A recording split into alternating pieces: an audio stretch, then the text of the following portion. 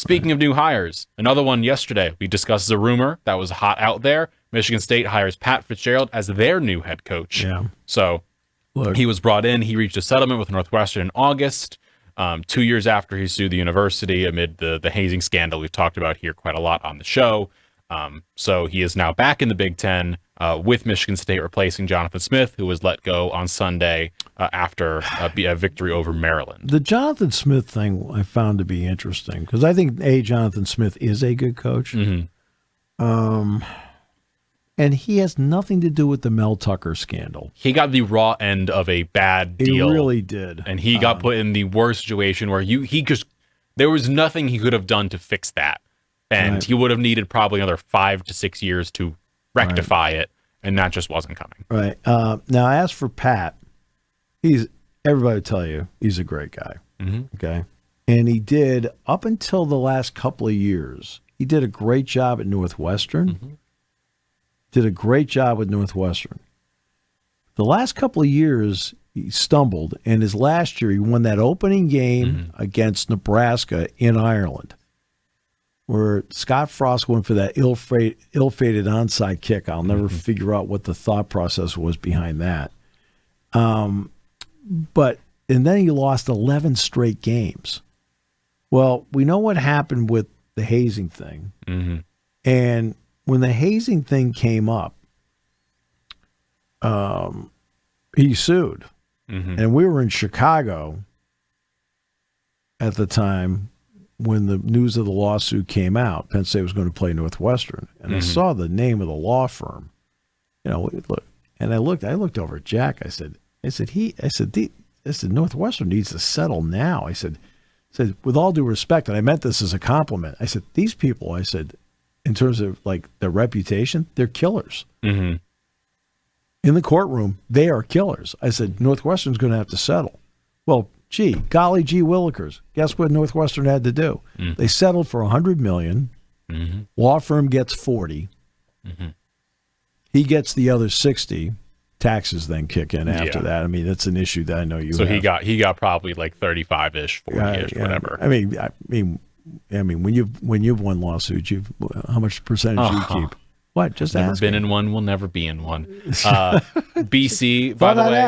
BC, by the way, has announced Bill O'Brien will return to BC for next year, and they're going to max out on the rev share for next season as well. Okay, so let's get to BYU for a moment. Father Leahy has been there. Father Butler is taking over.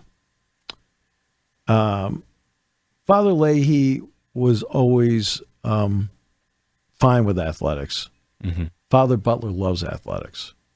See, don't ever sit there and whomever your president, chancellor, or whatever the name of the position happens to be at the top, that does play a role in support that you get. That's why when James Franklin was here, he talked about the alignment between president, athletic director, football coach.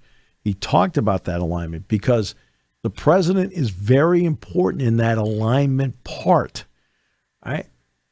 Let's be honest about it. What percentage of the faculty here do you think loves athletics? I mean, great question. I mean, I'm saying though, do you think the entire faculty here is enamored with athletics? Of course not. No. Are there some that love it? Of course. Are there many that don't? Yes. All right. Well, if you have a president though that feels that way, that is more aligned with how certain members of the faculty feel, well, it's gonna whatever, win some games, do whatever. Right. Or if you have somebody that's like, hey, right, let's take a former president, Santa Ono at Michigan, right? No longer there. I can't remember where he ended up going.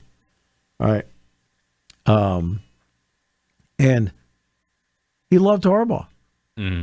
Harbaugh would go around Ward Manuel, the athletic director, and go to Santa Ono on things.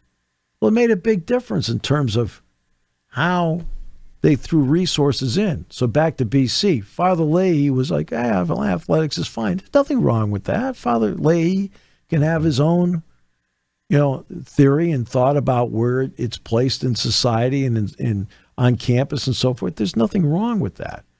Father Butler, on the other hand, thinks he loves athletics. Yeah. And so Bill's got a better shot because I think they're going to have more resources just because of the alignment between president, AD, and football coach. And that's not a knock on Father Leahy at all. I'm saying everybody has to have their own. Yeah. But if you're going to say what gives Bill O'Brien the best shot, having Father Butler ascend to that position does put them in a better spot. Yes. We have been asked by John in the chat. Hi, Steve. Can you comment on Al Golden and his prospects as a head coach, including possibly here with Penn State? He checks most requirements someone would want as a head coach, and he checks the boxes that Pat Kraft listed at the press conference where he discussed what he wanted in a head coach moving forward. So, well, Al Golden is something I think so highly of. He was here at Penn State as the linebacker coach, and of course was a tight end here at Penn State. I thought he did wonders at Temple. Wonders. I mean, Temple was a job that careers went to die. Okay? Yeah. Al took it and he resurrected it and made them relevant. Difficult to do. He was given a very, very bad hand at Miami. He had zero to do with the sanctions there. Yet he had to endure all of them. And he took the slings and arrows for the fact that they weren't a 10, 11 win team every single year when he was trying to shovel it against the tide. Okay? He did a great job as the defensive coordinator at Notre Dame. I don't think there's any doubt this year that when you watch the Bengals play, a quarterback's been their problem because Joe Burrow's out. Their defense is actually playing much better. And on Thanksgiving night, they created, now one of them, I mean, Jackson just dropped it, but they created 5 turnovers in that game. Right? Well, the Bengals defensively weren't doing that. And they've been without Trey Hendrickson, their best defensive end. Hendrickson has not been playing. And they traded Logan Wilson, their linebacker, So, I mean, look. Playing well. Al has all the experience as a head coach. Al, I think, is actually a really good head coach. And I think as an assistant coach, he's shown at Notre Dame with their run to the national championship game last year, and he's showing with the improvement of a Bengals defense that is all banged up, and they've traded Logan Wilson. Yeah. They don't have Hendrickson, yet they still are putting out a representative product defensively. It speaks highly to what Al has done. So from the defensive side to the offensive side, we've also been asked in the chat about a certain person in Columbus, Ohio, Brian Hartline. He is another person who's been brought up in not just conversations of head coaching in Happy Valley, but also he was brought up as a name for Kentucky. And also he's brought up as a name for Louisville if they end up having to replace Jeff Brom somewhere down the line. So I would Brian think Hartline. For Brian Hartline, he's in a great spot. Now, he's only been the offensive coordinator 1 year. How much, and I'm not going to sit here and pretend to know how much he's calling and how much Ryan Day is calling. I don't know. For all I know, Brian is doing 100% of it. For all I know, Ryan gets Day's, involved. yeah. I don't know. That's okay. His ability to recruit, especially at the wide receiver spot, it's like a revolving door of one 5-star guy after another. So let's take the third best receiver on the current roster at Ohio State. That's Brandon Innes, the slot receiver.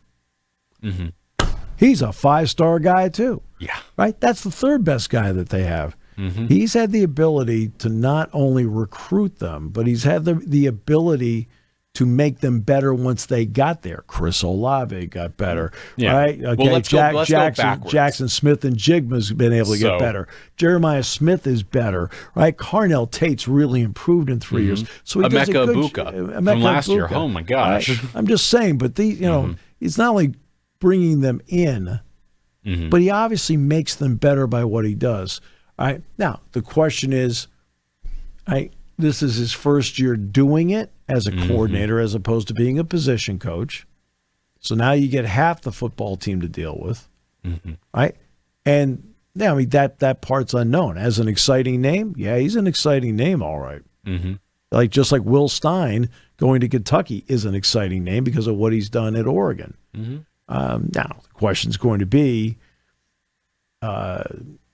your ability to recruit and what name you have behind you. If you, like Will Stein's now going to be, instead of recruiting for Oregon, he's going to be recruiting for Kentucky. Right? Now, it means a lot to him. He's from Kentucky, but I'm just saying that, the resources at Kentucky are different than they are at Oregon for dozens of reasons. Right, a lot of reasons. Same thing. Now the Louisville job is not open, okay, as of right now. But he is something, a very intriguing name that brings a lot to the table. I've heard nothing but good things about him. And I'm talking I talk to Paul Keels and Jim Lachey and those guys all the time about their people, and they ask me about people here too. Yeah. All right. So, I mean, his reputation is great. I think he's in his late 30s. Who, Will Stein? No, Brian Hartline. Brian Hartline is 39 years old, I believe. Well, that would be the late 30s. Would be late 30s, yes. Good at math. Thanks for listening to Sports Talk with Steve Jones. Catch the latest from me on the 7 Mountain Sports YouTube page. Find clips of the show on Twitter, Instagram, and Facebook by searching up 7 Mountain Sports.